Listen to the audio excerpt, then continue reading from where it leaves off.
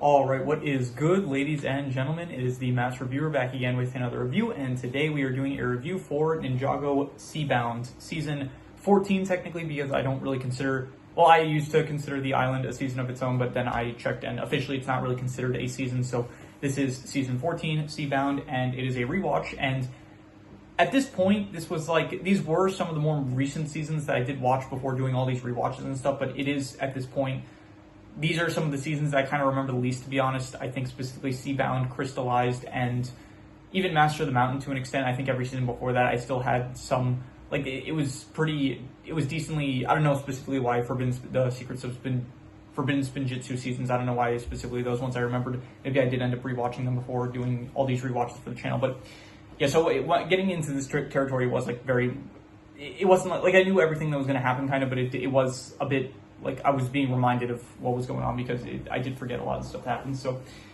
anyway, let us just begin, starting off with the plot. So the plot of the season is that Nia's powers are not working, and so the ninja end up having to go to investigate. So for some reason, and I don't really like the fact that they do this, but they end up splitting the ninja up, which they've been doing a lot in the last few seasons, where you do have like some of the ninja, your Master of the Mountain, it's like all the ninja gets split up in specifically Prime Empire, Zane, and Pixel. They're like separated in, just a lot of the seasons, it feels like a lot of the ninja are getting split up more so. In this season specifically, like Kai and Cole stay behind at the monastery for some reason, which I don't really know why they couldn't just go. Like, it was for the purposes of they needed to stick around in case Ninjago gets attacked, but I don't see why that wouldn't have been the case for like any other previous adventure that they went on recently. So anyway, you have all the gang that besides Cole and Kai, those two are at the monastery along with Ray and Master Wu, and yeah, everyone else ends up going to investigate what is going on with Nia's powers. Her powers are not working correctly, and so they end up going to investigate, and they are heading towards power source. They end up going to a place, I forgot the actual place, I think it's called Merlopia. They end up going to this place called Merlopia, and they find the temple of Wojira, and while there, they end up learning about the Merlopians, and basically we get a bit of a lore extension where we find out some more about Wojira. Apparently Wojira commands both the ocean and the winds, and so I am a bit disappointed you are mentioning wind and they didn't reference Moro in any way, which I thought that it would have been nice to get a call back to Moro. But anyway, yeah, so we learn about Wojira and how Wojira is the one that commands the seas and the wind, and you have in Merlopia specifically, there is Kalmar, who he is the villain of the season. He wants to awaken Wojira in order to use his power in order to basically destroy all of the surface dwellers, he calls them. So he thinks that Merlopians are the superior race basically, and that he wants to get rid of all of the humans that are, basically all the people that are above sea. So that is his goal, and to do so, he wants to awaken Wojira, and so he has the first crystal, which is there's like two amulets. There's a storm amulet, and I think the other one's probably called the sea amulet. So he uses one of the amulets the Merlopians just have, and so he ends up creating a coup. He ends up killing his father, and then he takes over the Merlopian kingdom. While this is happening, he also, Nia, as well as Maya, Nia's mother, ends up going along the mission, and so they end up getting captured by Kalmar, and then Kalmar is trying to get the information out of them of where the other amulet is, and we, the viewers, know where it is. It's at the Island of the Keepers, which was the last thing that I reviewed. It was the island, basically, miniseries I didn't actually remember that it tied, I forgot a lot of the stuff that happened this season, even if it is a rewatch, but so I did actually kind of forget that we do end up returning to the island, which is kind of obvious now that I'm thinking about it, because you do need both amulets for it. So I don't know how I ended up forgetting about that, but anyway,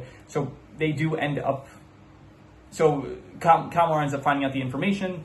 He is now on a course for the Island of the Keepers, so where the ninja. You have also a character, Benthomar. He is the adopted brother of Kalmar. He ends up working with the ninja. He ends up finding out the truth about how it was actually Kalmar that killed his father instead of the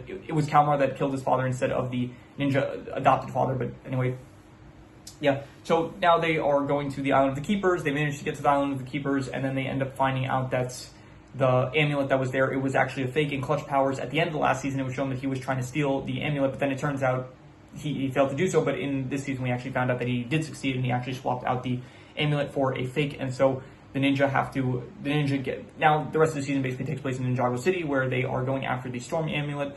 skip ahead, eventually Kalmar manages to get the amulet. He connects it to, he uses it in order to awaken Wojira, and then from there he takes over Ninjago City, basically floods the entire city, and then it is a final battle between the ninja and Kalmar, and then ultimately Nia, she ends up sacrificing herself. She ends up becoming one with the ocean, similar to how Niad, who was the previous, I think she was mentioned to be the first master of water, I think, and so Nia ends up performing the same, I don't know, she ends up merging with the ocean like Niad did in the legend, and so she manages to defeat Wojira as well as Kalmar. Kalmar ends up getting eaten by Wojira, and so, yeah, Wojira is defeated, and Nia is now merged with the ocean, and then the final scene is that there's like a nice funeral for Nia, which, it was pretty tasteful. They did end up bringing back all of the characters from a lot of the previous seasons. I think, like, Ronin was there, not every character, like, it wasn't every character that we've seen before, but it, like,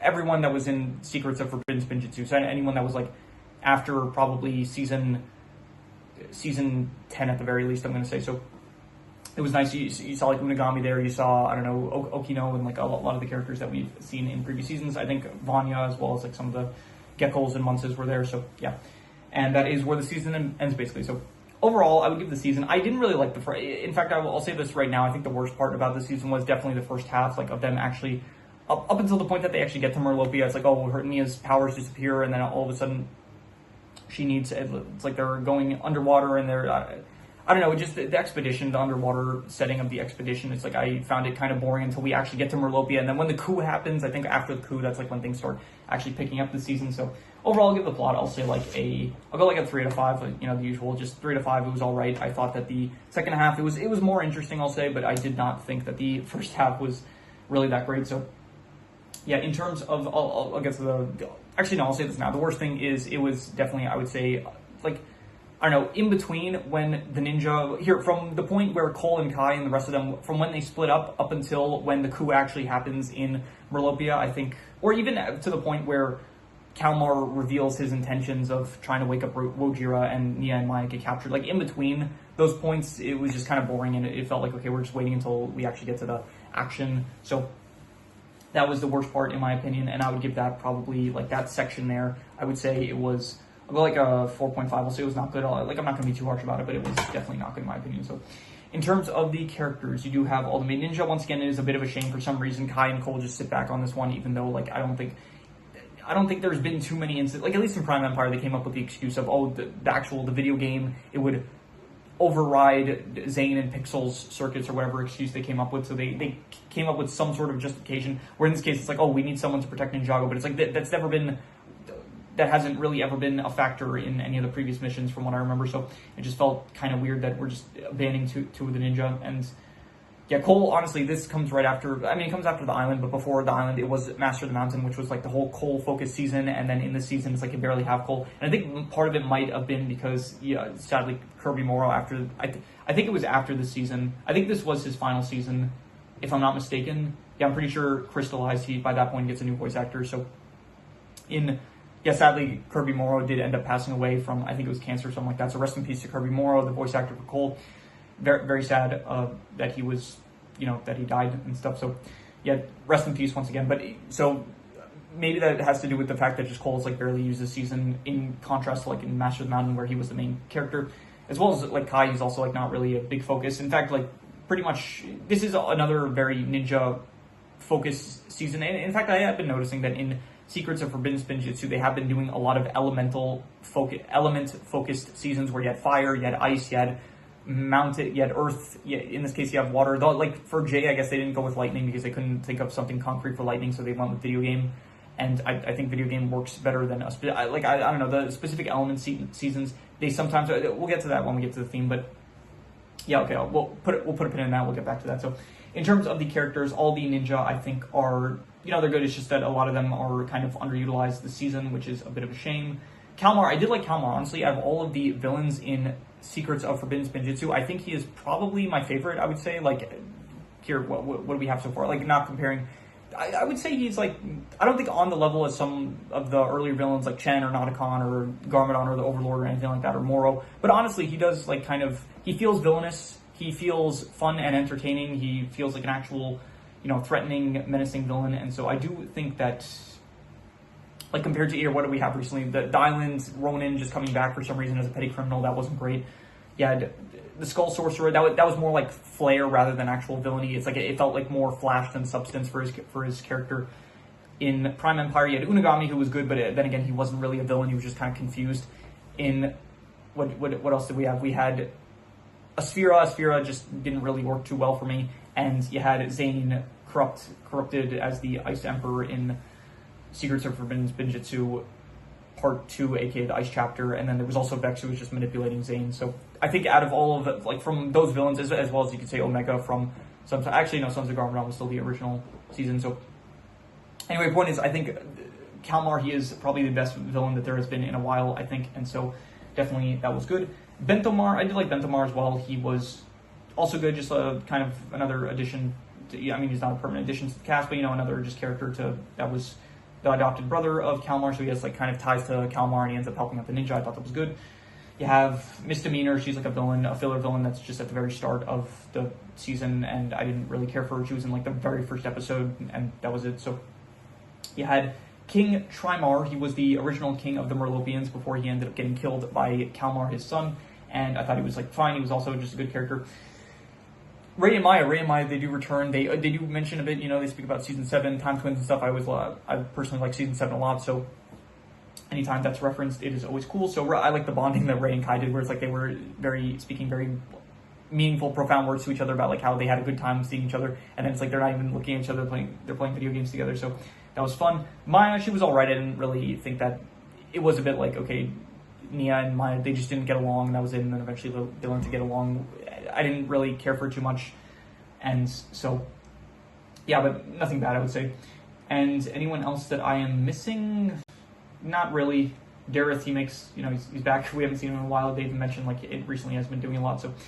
The Adventurers Club, they're alright, I guess. Clutch Powers, yeah, everyone's alright, I would say. I would go, like, a solid 7 out of 10 for the characters. I'll say they're pretty good. Kalmar is probably the highlight of the season, being a great villain, I would say. Nia, this is like, actually, you could argue that this is actually Nia's first like poster season. You could say Possession, like season 5, she was kind of, like sort of a poster ninja, as well as you could say season 7, Hands of Time, she was also like kind of sharing the role of the poster ninja.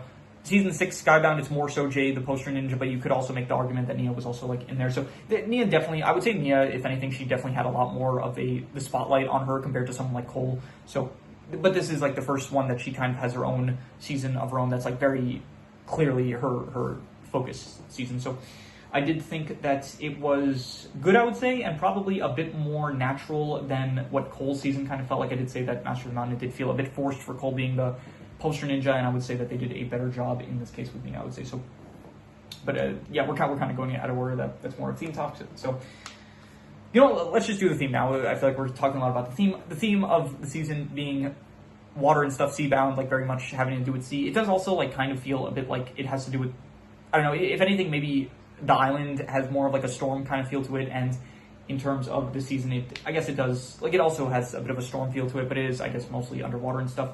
And I would say that it was compared to like, I think it was better definitely than the Fire Chapter. I don't know if I would say it was like about as good as the Ice Chapter, if not a bit worse.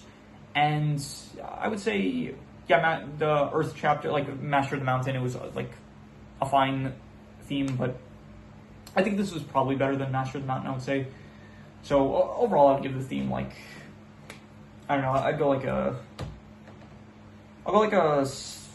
5.5 to a 6, and I'll be generous. I'll say it was like above average. I did like that it actually very much tied into like water itself compared to Master of the Mountain, where it's like it didn't feel like as much they did focus a decent amount on like the earth elements and stuff, but not as much as I kind of hoped. And then for season 11 with the Fire Chapter, that was like a bit, I don't know, the Fire Chapter just felt like I lost my train of thought.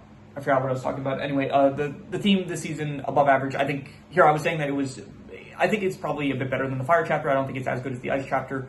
And yeah, to be honest, I just kind of am getting a bit tired of these elemental seasons. I know the next one, Crystallized, it's not going to be that. So looking forward to that. Hopefully I remember I like Crystallized, and so that is going to be fun to rewatch. It's going to be pretty long. It's like 30 episodes. So I'm a bit tired. I'm going to be honest. I'm back on like a normal sleep schedule because my semester did start again. So I do have classes now. So it is not the case that I did have to wake up early. And so it is like the end of the day basically. So I did have like some studying I had to do. So I am a bit tired at this point. But, you know, we're pushing through for the sake of the content. So anyway, what was I talking about? The theme. The theme I give 6 out of 10, above average, I would say. And yeah, in terms of the settings, you did have the Merlopia Kingdom, which was all right. I didn't care for it too much. You had Ninjago that was flooded, which I thought it was, yeah, I liked it. I would say it was a nice final confrontation area, you know, a different kind of, up until this point in Ninjago, it's like a lot of the big final area for a lot of the confrontations, and I think in this case it did feel,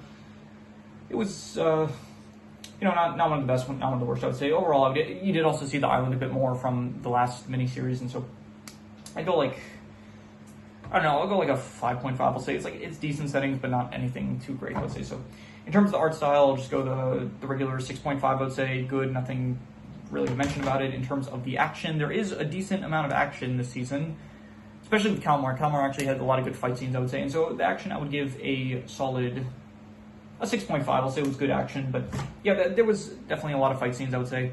And it was good, not one of the best seasons, really. This season doesn't really lend itself to action as much as, I know, some of the previous seasons, maybe like Prime Empire or some of the earlier seasons, it felt like. So, yeah. In terms of the best thing, I would say that the best thing was probably Kalmar. I think that Kalmar was probably my favorite thing about the season, and I would give him probably I'll go like a 7 out of 10. He was pretty good, I would say, and yeah. Any extra notes I had? I did mention at the funeral at the end, it was nice. It was a bit undercut by the fact that I do know, like, spoiler alert for those of you who don't know, I do know, like, going into the next season that Nia is going to return, and so that, like, the whole final ending with Nia and stuff, it is undercut a bit by the fact that, like, you do know that she's going to come back, like, immediately at the start of the next season. So yeah, I did mention that the beginning of the season wasn't as good as the rest. I think that the season gets better as it goes on, so that is a plus, I guess, and I thought that Kalmar was good. I did mention that. So that is all of the extra notes I have, so I'm going to do the calculations. So King Crimson. All right, so it ends up coming out to about a 6 out of 10, which would be above average, and I think I would probably give it like about, yeah, I'd give it like, honestly, between like a 5.5 to a 6. I think I liked it better on rewatch. I remember the first time I watched the season, I didn't really like it as much as I did on rewatch, and so I do like it a bit more than I did on rewatch, and so I think I would give it probably, I don't know, I'm not going to give a concrete answer. I'll just call it between a 5.5 to a 6. I'll say it's between decent and above average, but I'm not going to give a concrete score. I'd have to let it marinate for a bit longer, and so yeah, that is pretty much all there is to it. So if you have any recommendations, any shows, movies, video game stories, anime, manga, web series, anything that you want me to review, leave it in the comments and I will maybe possibly check it out. With that said, that is pretty much all there is to it, so let's leave it at that.